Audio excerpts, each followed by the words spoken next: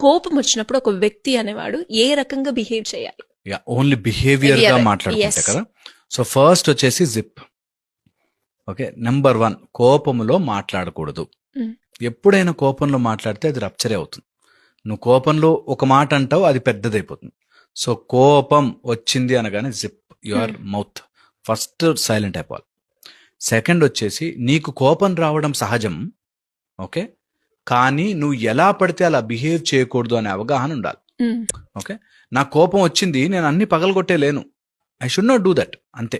So నాకు ఏ feeling వచ్చినా అప్పటికప్పుడు, మనకు మొత్తం వ్యవస్థ అంతేగా, నాకు ఏది వచ్చినా సరే దానికి ఒక పద్ధతి ఉంటుంది అనేది తెలుసుకోవాలి. ఓకే, థర్డ్ వచ్చేసి ఎప్పుడైనా కోపం నిజంగా సడన్ గా స్పర్ట్ ఆఫ్ కోపం వస్తే please walk out of that place.